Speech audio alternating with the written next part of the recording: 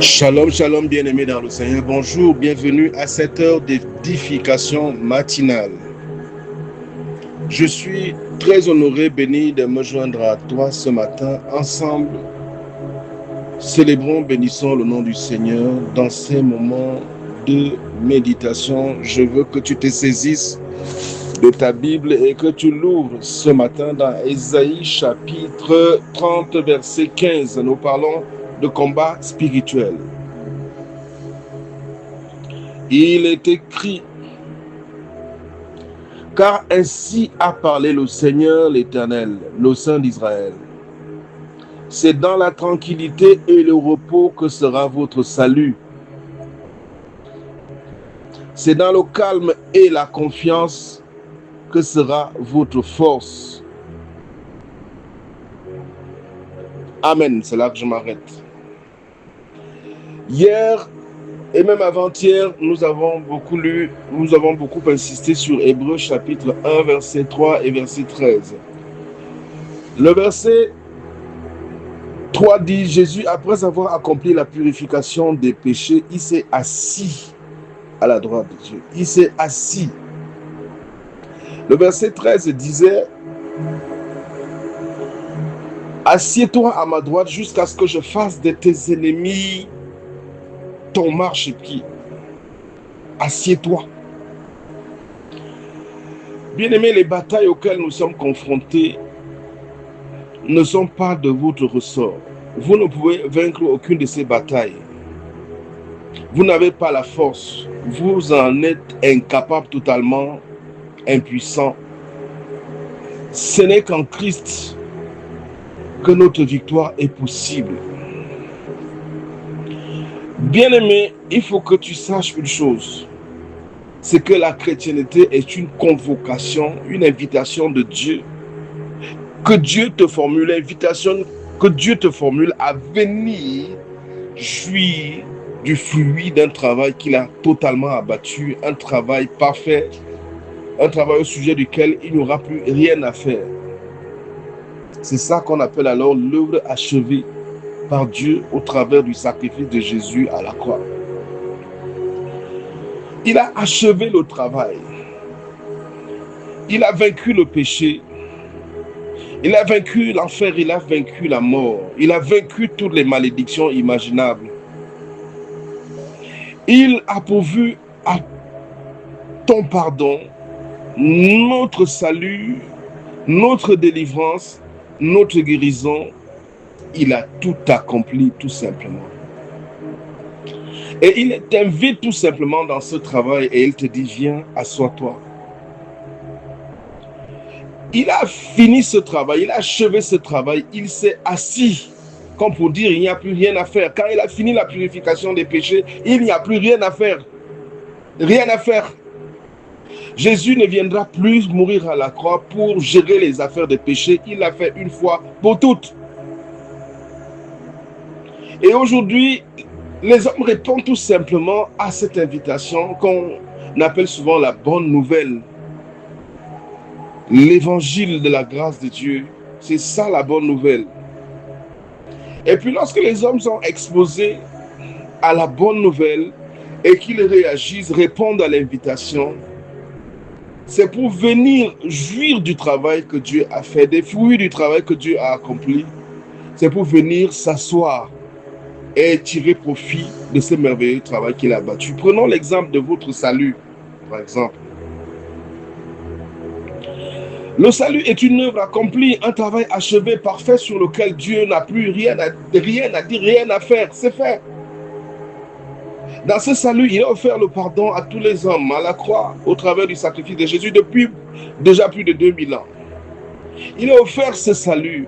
Dans le mot salut, il y a délivrance, il y a guérison, il y a bénédiction, il y a protection, il y a tout ce que vous pouvez imaginer comme bénédiction venant du ciel. Bien-aimés, que vous a-t-il fallu pour que vous soyez sauvés? Vous avez été exposé à la bonne nouvelle. La bonne nouvelle d'un travail achevé, terminé, parfait. Et vous avez réagi. Et vous vous êtes assis sur un travail fait, un travail terminé, Aujourd'hui, vous êtes un enfant de Dieu. Vous êtes né de nouveau. Vous êtes entré dans son travail, il s'est battu pour rendre ce salut possible. Ce n'était pas une affaire gratuite, il a acheté cette place que vous avez auprès de lui.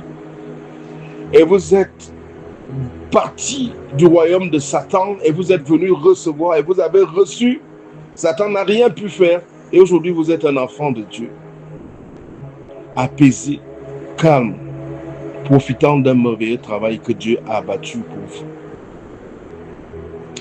Assieds-toi à ma droite et je fais de tes ennemis ton marchepied. Hébreux chapitre 4 verset 3 dit quoi? Pour nous qui avons cru, nous entrons dans le repos. Entrer dans le repos, c'est-à-dire s'asseoir avec Dieu, vient tout simplement du fait que vous croyez en ce travail merveilleux qu'il a abattu. Un travail parfait. Et vous entrez dans ce travail, vous vous asseyez dans ce travail, vous jouissez de ce salut, vous jouissez de cette réconciliation, vous jouissez de cette rédemption, vous jouissez de cette justification. Vous êtes un enfant de Dieu, vous êtes attaché à Dieu sans aucun effort, sans aucune transpiration. Vous voilà sauvé. Vous voilà devenu un enfant de Dieu. Bien-aimé, savez-vous qu'il a payé le prix pour votre guérison, pour votre délivrance, pour votre victoire, peu importe le type d'adversité? Savez-vous cela, qu'il a fini cette bataille à laquelle vous livrez aujourd'hui? C'est un travail terminé, ta délivrance. C'est un travail terminé, ta guérison. C'est un travail terminé, ton salut. C'est terminé, c'est fini. Plus rien à faire d'autre que de croire. Donc il t'invite à croire. Celui qui croit reçoit. Celui qui croit entre dans le repos. Celui qui croit se calme, il s'assoit et il sait que c'est fait. Il n'y a plus rien à faire. Mais bien aimé, s'asseoir lorsque les mauvais vents soufflent, lorsque l'adversaire gronde, lorsque la douleur est revenue, lorsque la situation n'a pas changé en apparence, l'ennemi semble encore trop fort. Goliath gronde, Goliath est imposant, les Anaques, les Philistins dans toute leur laideur se baladent, ils sont de plus en plus costauds en apparence, ils se révèlent dans tes rêves. Il se révèle dans ton travail, dans tes activités. Tu ne sais plus où mettre la tête. Le médecin a parlé, il a estimé que ta situation est incurable. Face à toutes ces choses, voici la stratégie de Dieu. Assieds-toi à ma droite. Lorsque tu as dit oui à Jésus, Jésus t'a fait asseoir. Il t'a invité à t'asseoir. Éphésiens chapitre 2, verset 5-6 dit quoi? Il nous a fait asseoir avec lui. Il nous fait asseoir avec lui pour que nous venions jouir du merveilleux travail qu'il a abattu pour nous. Il a payé un si grand prix. Il s'est livré à tant d'efforts. Il a tant transpiré. Il a déployé tant d'énergie, passant par tant de douleurs. C'est toi et moi qui l'avais à cœur. Tout ce que nous avons à faire, c'est de croire et de venir jouir. Croire et jouir. Croire et recevoir. Croire, c'est répondre à l'œuvre achevée, à ce travail terminé, parfait, ultra parfait, au sujet duquel il n'y a plus rien à dire, rien à faire que de croire. Bien aimé, il y a une bataille plus importante que toute autre bataille. Hébreux chapitre 4, verset 11 dit: efforçons-nous donc d'entrer dans le repos. Efforçons-nous de nous maintenir dans la foi. C'est ça que ça veut dire. Parce que celui qui se repose, celui qui croit se repose. Hébreux 4, verset 3. Celui qui se repose s'assoit. Il s'assoit pourquoi? Il s'assoit avec Dieu. C'est Dieu qui lui dit: viens t'asseoir avec moi. Il s'assoit pourquoi? Parce que le travail est terminé. Il s'assoit pourquoi? Pour permettre à la grâce de Dieu de se relâcher dans sa vie et de continuer, de commencer à opérer. Aussi longtemps que tu es trop fort, voulant faire toutes choses par toi-même, essayant de refaire ce qu'il te dit qu'il a déjà fait. Non seulement tu ne crois pas que ce soit déjà fait, mais tu manifestes de l'orgueil. Tu veux faire les choses par toi-même, tu paralyses. Tu bloques la grâce de la guérison. Tu bloques la grâce de la délivrance. Tu bloques la grâce de la protection, de la faveur de Dieu dans tes affaires, mon ami. Efforçons-nous pour nous reposer, pour entrer dans le repos. Bien-aimé, s'efforcer là, c'est quoi d'abord? On doit se battre pour maintenir des pensées de foi à l'intérieur. Se battre pour se maintenir dans la parole, pour garder sa position dans la parole, dans ce que le Seigneur a déclaré. Il y a une bataille pour garder cette semence, pour garder cette position. Les choses se passent comme si Satan veut vous dire non, votre guérison, elle est à 4 km là-bas. Il faut aller, si vous êtes, à moins que vous ne soyez suffisamment pur, vous ne pouvez y parvenir. Il sortira toutes sortes de raisons, comme si votre miracle, votre victoire, votre terre promise, elle est à des kilomètres pour vous, des kilomètres de vous, et vous devez parcourir une longue distance pour y parvenir, mensonge. Vous vous tenez déjà sur votre bénédiction. Et la foi est le code d'accès à cette grâce, à cette bénédiction, à cette guérison, à cette délivrance, à cette protection sur laquelle vous vous tenez, sur laquelle il vous demande de vous asseoir, dans laquelle il vous a introduit. Ayant été justifiés par la foi, nous avons accès à cette grâce sur laquelle nous nous tenons et nous demeurons fermes. Il essaiera de te dire alors que ta guérison est loin, loin là-bas. Non, non, non, dis-lui, je suis déjà sur ma guérison. Je n'essaye pas de courir vers. Je me tiens déjà dessus. Dieu m'y a introduit. Assieds-toi, c'est quoi?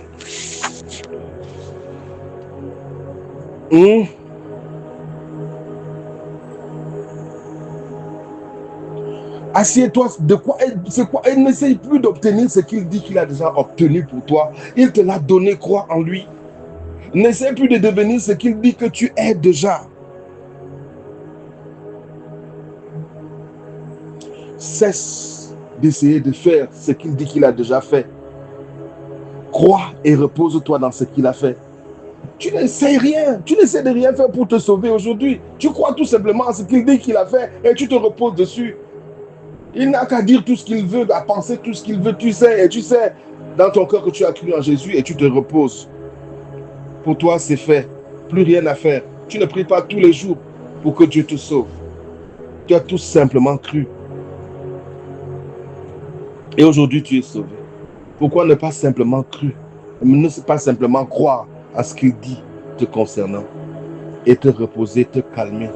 Parce que tu sais que c'est dans le calme et la confiance que se trouve ta force. Que tu te retrouves inébranlable. Que tu vas résister à tous les mauvais vents jusqu'à ce que ta victoire se manifeste. Tu te tiens déjà sur cette victoire. Tu te tiens déjà sur cette guérison. Tu te tiens déjà sur cette délivrance. Tu te tiens sur cette bénédiction parce qu'en Christ, elle t'a déjà été pourvue. Elle t'a déjà été accordée et tu te tiens dessus. Tu n'essaies plus de courir vers cette victoire, vers cette bénédiction. Tu te tiens dessus. Tiens-toi dessus par tes confessions. Tiens-toi dessus. Encore et encore. Il y a une lutte, un effort à fournir pour entrer dans le repos.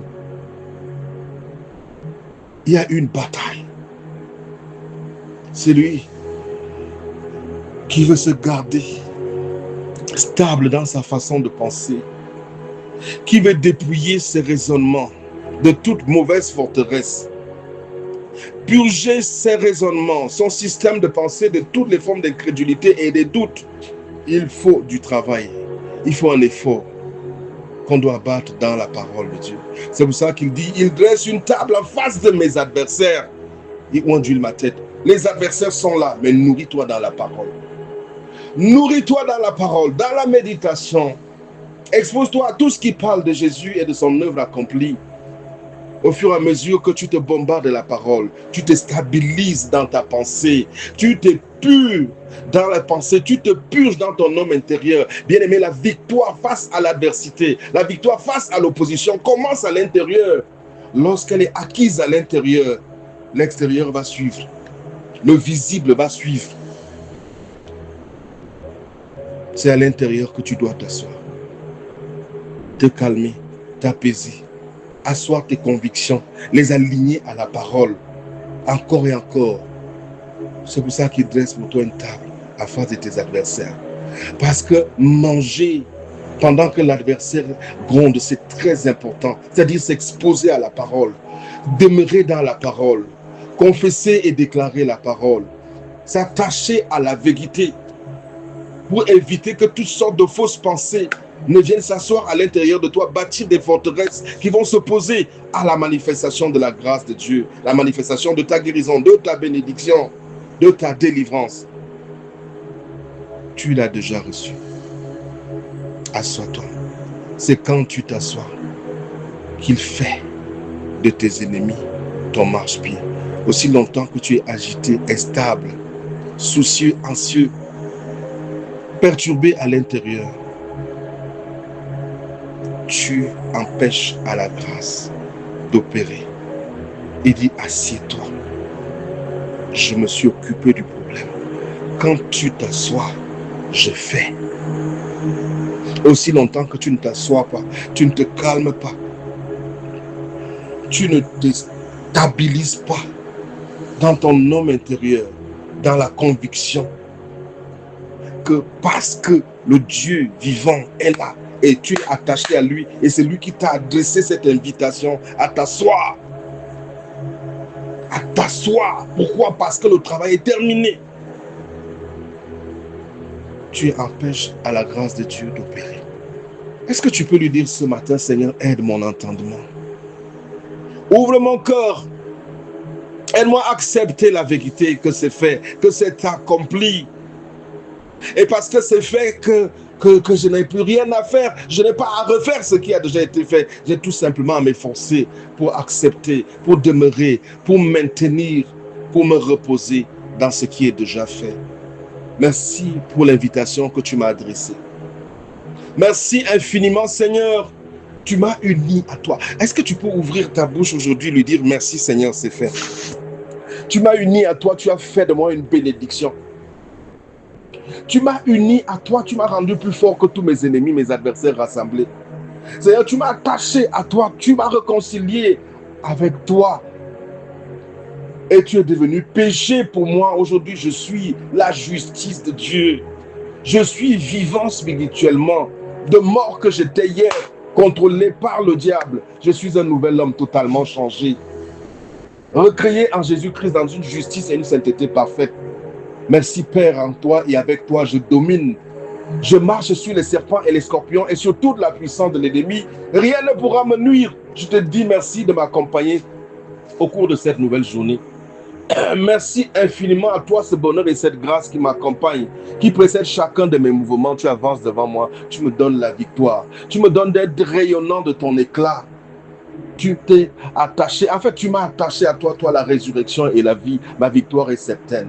Toi la véritable lumière, tu m'as uni à toi. Je peux déclarer avec certitude que toute âme forgée contre moi, tout ennemi, toute sorcellerie, tout autel maléfique forgé contre moi, toute réclamation dans l'obscurité forgée contre moi, nul et de nul est fait. Quand on ne réclame pas le Christ ressuscité, et je suis un avec lui, et tel il est, tel je suis. Il a embrassé chacune de mes malédictions, il a pris toutes mes hontes. Il m'a racheté de la malédiction. Je suis racheté du diabète. Racheté, quelqu'un pourra dire, de l'hypertension. Racheté de l'insuffisance rénale. Racheté de la stérilité. Je suis tout simplement racheté. Je n'essaye pas d'être racheté. Je suis racheté. Je n'essaye pas d'être guéri. Je suis guéri par tes meurtrissures. Et je protège, je garde ma guérison. Je dégage tous les mensonges, je m'accroche à la vérité, car alors les choses visibles sont temporaires, les invisibles, celles qui sortent de la bouche de Dieu, sont définitives, éternelles et ne peuvent être modifiées. Seigneur, merci infiniment. À toi qui pourvois tous mes besoins selon la richesse de ta gloire. Merci d'entourer ma maison, mes activités, mes enfants, mes déplacements par ton précieux sang. Merci Père, tout simplement, au nom de Jésus-Christ de Nazareth, je dis Amen. Shalom à toi qui m'as écouté ce matin. Très honoré d'avoir prié avec toi. Que le Seigneur te bénisse. Très, très bonne journée. Shalom.